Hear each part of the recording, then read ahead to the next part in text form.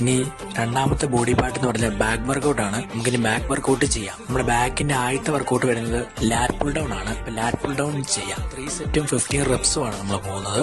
ലാറ്റ് pull down ചെയ്യാം. അടുത്ത നമ്മുടെ ബാക്കിന്റെ രണ്ടാമത്തെ വർക്കൗട്ട് ഡംബൽ റോ ആണ്. ഡംബൽ റോ ചെയ്യുമ്പം ഈഗോ ലിഫ്റ്റ് ഒന്നും ചെയ്യാതെ നമുക്ക് മാക്സിമം പറ്റുന്ന വെയിറ്റ് എടുത്ത് ചെയ്യുക. അങ്ങനെ നമ്മുടെ മൂന്നാമത്തെ വർക്കൗട്ട് വരുന്നത് സീറ്റഡ് കേബിൾ റോ ആണ്. നമുക്ക് നല്ല ബാക്ക് നല്ല ഫോക്കസ് ചെയ്ത് പതിയെ കോൺസെൻട്രേറ്റ് ചെയ്ത് ചെയ്യാം. അങ്ങനെ നമ്മുടെ വർക്കൗട്ട് സെക്ഷൻ കഴിഞ്ഞിരിക്കുകയാണ്. നമ്മൾ ഡബിൾ ബോഡി പാർട്ടിനാണ് ഇന്ന് വർക്കൗട്ട് ചെയ്തത്. ചെസ്റ്റും ബാക്കുമാണ് നമ്മൾ ഇന്ന് വർക്കൗട്ട് ചെയ്തത്. എൻ്റെ വർക്കൗട്ട് ഇങ്ങനെയൊക്കെയാണ് ഞാൻ പോകുന്നത്. ചെസ്റ്റ് 4ഉം ബാക്ക് 3ഉം ഇങ്ങനെയാണ് പോകുന്നത്. നമ്മളധികം കുറേ വർക്കൗട്ടുകളൊന്നും ചെയ്തിട്ട് കാര്യമില്ല. നമ്മൾ എത്രത്തോളം കോൺസെൻട്രേറ്റ് ചെയ്യാൻ പറ്റുമോ അങ്ങനെ ചെയ്തിട്ട കാര്യമുള്ളൂ. എൻ്റെ വീഡിയോ എല്ലാവർക്കും ഇഷ്ടപ്പെട്ടെന്ന് ഞാൻ വിചാരിക്കുന്നു.